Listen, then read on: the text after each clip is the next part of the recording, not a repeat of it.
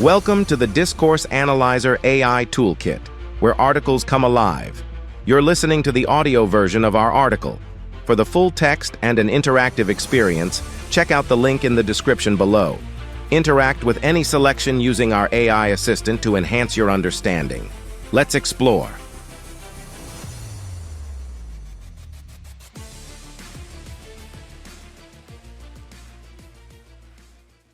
Propaganda in discourse analysis.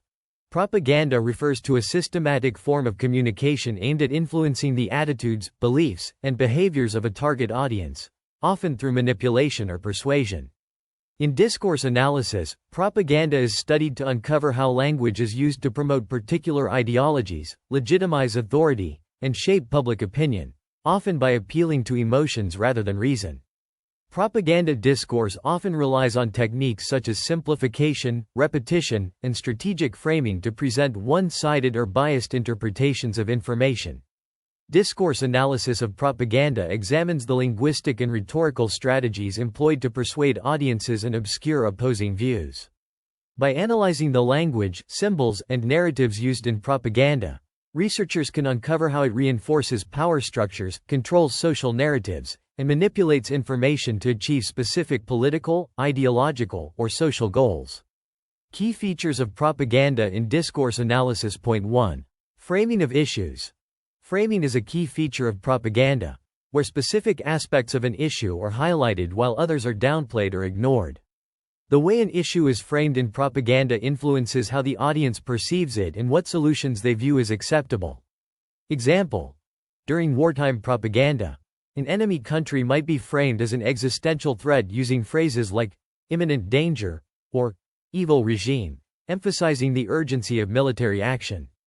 Discourse analysis would explore how this framing creates a narrative of fear and justifies aggressive policies, while omitting any consideration of diplomacy or peace. Point 2. Repetition and simplification.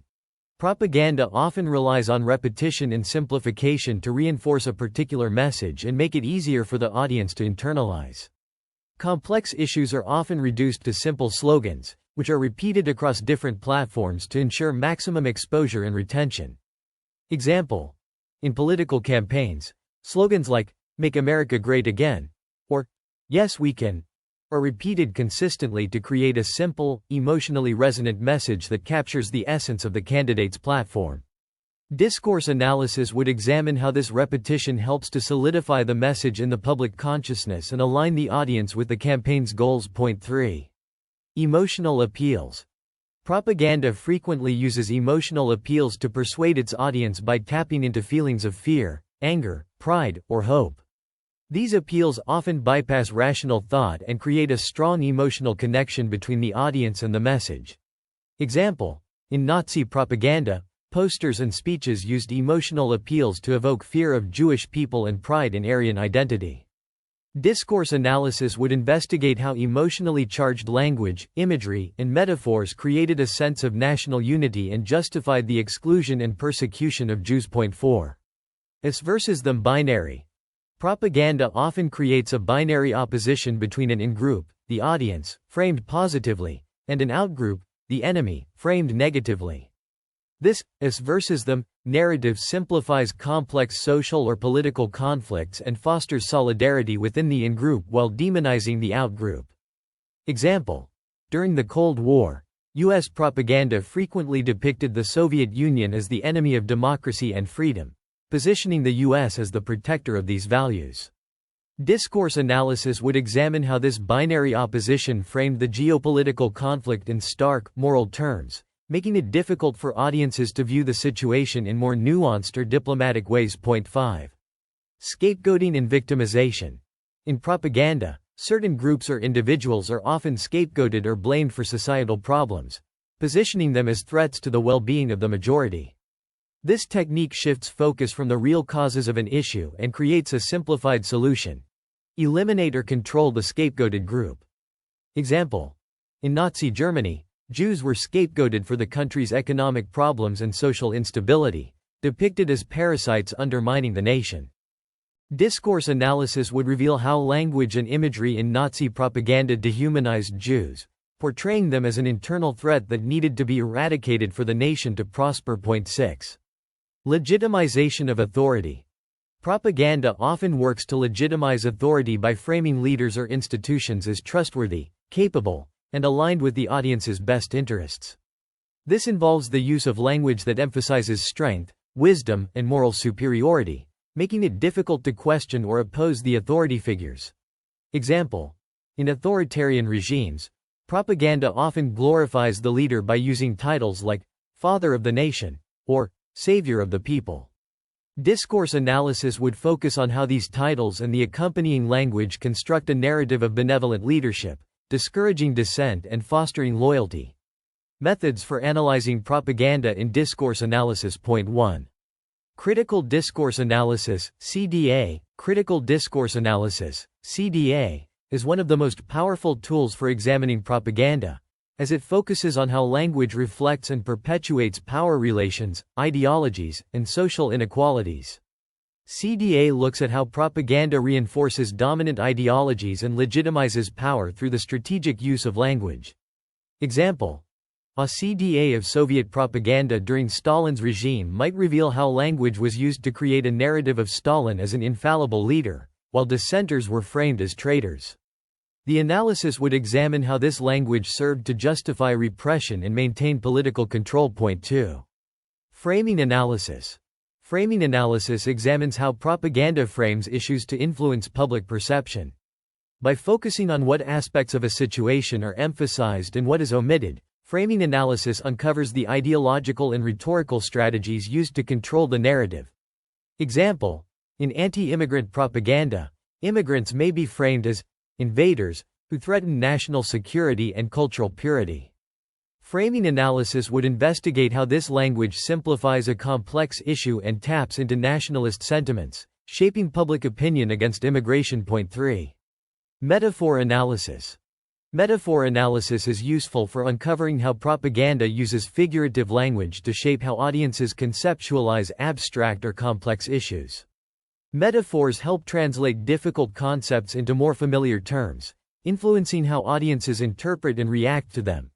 Example: in economic propaganda, metaphors like war on poverty or economic engine are used to convey ideas of combat and mechanical precision, framing economic issues in ways that align with ideological goals. Discourse analysis would explore how these metaphors direct attention to specific solutions while excluding others. Point 4.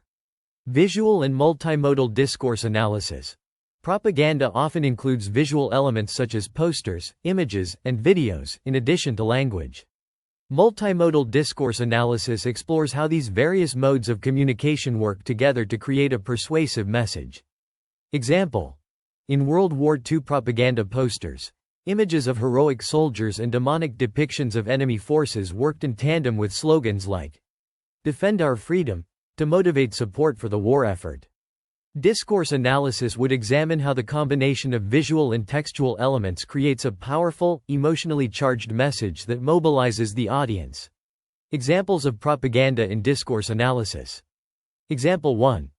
World War II propaganda in the U.S. During World War II, U.S. propaganda portrayed the Axis powers as evil forces that threatened global democracy and freedom.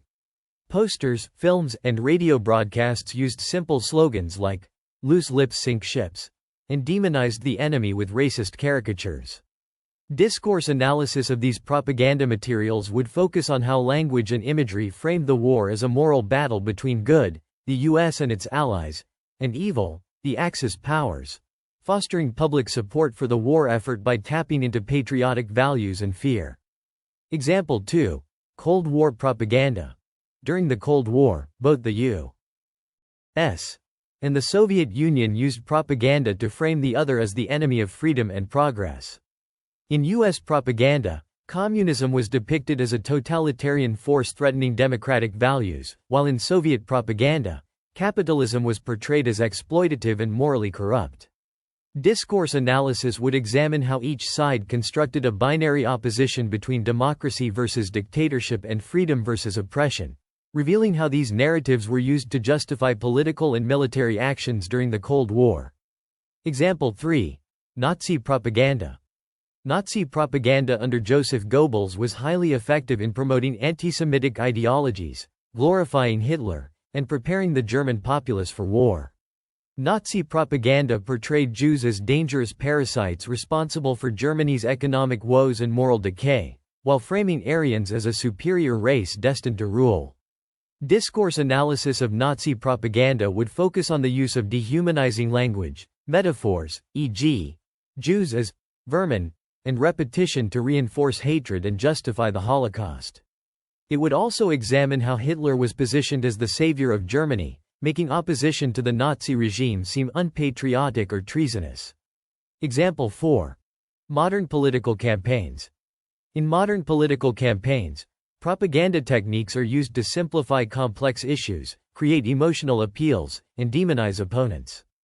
Discourse analysis of political advertisements might reveal how candidates frame themselves as the savior of the nation, using slogans like "drain the swamp" to suggest that they will purge corruption, while framing their opponents as part of a corrupt establishment. Discourse analysis would explore how this language taps into populist sentiments and constructs a binary narrative of good, the candidate, versus bad, the political establishment. Challenges in analyzing propaganda through discourse. Point 1. Subtlety and ambiguity. Not all propaganda is overt. Much of it can be subtle and woven into everyday discourse. Discourse analysts must be adept at identifying implicit messages and the ways in which seemingly neutral language can still promote particular ideologies or manipulate information. Point 2. Multimodality. Propaganda often involves multiple modes of communication: text, images, sound, and even music.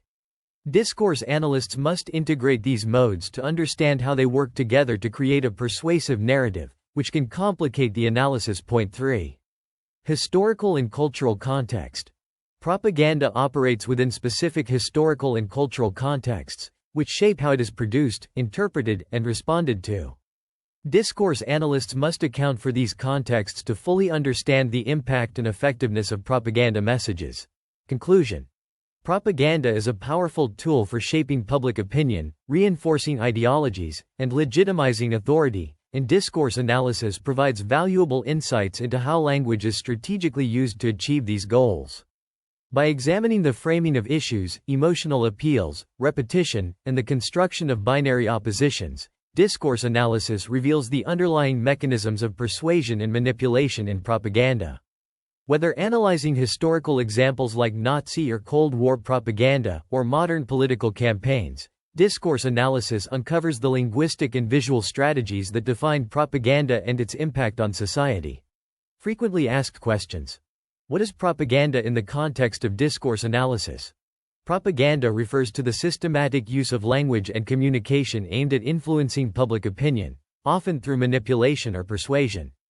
In discourse analysis, it is examined for its strategic use of language to promote ideologies, reinforce power structures, and control social narratives. How does framing work in propaganda?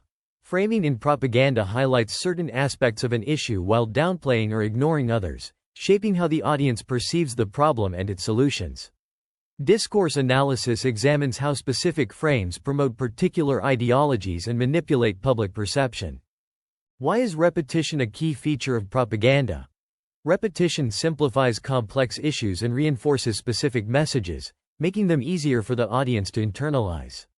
Discourse analysis looks at how repeated slogans or phrases solidify ideas and align public attitudes with the propagandist's goals.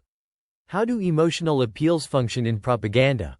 Propaganda often uses emotional appeals, such as fear, anger, or pride, to bypass rational thought and connect with the audience on an emotional level. Discourse analysis explores how these appeals foster strong emotional reactions that reinforce the desired message. What is the us versus them binary in propaganda? Propaganda frequently employs a binary opposition between an in-group, positive portrayal, and an out-group, negative portrayal. This simplification of complex issues creates solidarity within the in-group while demonizing the out-group. Discourse analysis reveals how this binary reinforces ideological positions. How is scapegoating used in propaganda? Scapegoating shifts blame for societal problems onto a specific group or individual, presenting them as a threat. This technique simplifies issues by offering a target for frustration, diverting attention from more complex causes. Discourse analysis identifies how language constructs scapegoats to serve political or social objectives. How does propaganda legitimize authority? Propaganda often legitimizes authority by framing leaders as strong, capable, and morally superior. Discourse analysis uncovers how language and imagery create narratives that portray leaders as saviors, reinforcing their control and discouraging opposition. What methods are used to analyze propaganda in discourse? Critical discourse analysis, CDA, examines how propaganda reinforces power and ideologies. Framing analysis looks at how issues are presented and controlled in propaganda. Metaphor analysis analyzes figurative language to uncover how propaganda simplifies and shapes understanding. Multimodal discourse analysis investigates how text, images, and other modes of communication work together to create persuasive messages. Can you give an example of how metaphor analysis works in propaganda? Metaphor analysis might reveal how terms like war on drugs or invasion of immigrants frame complex social issues in militaristic terms, simplifying them and directing public attention toward aggressive, often punitive, solutions. What challenges arise when analyzing propaganda through discourse? Subtlety. Propaganda is often implicit, making it difficult to detect. Multimodality. It integrates various forms of communication, text, visuals, and sound, which complicates the analysis. Contextual influences. Historical and cultural context shape propaganda, requiring analysts to consider these factors to fully understand its impact.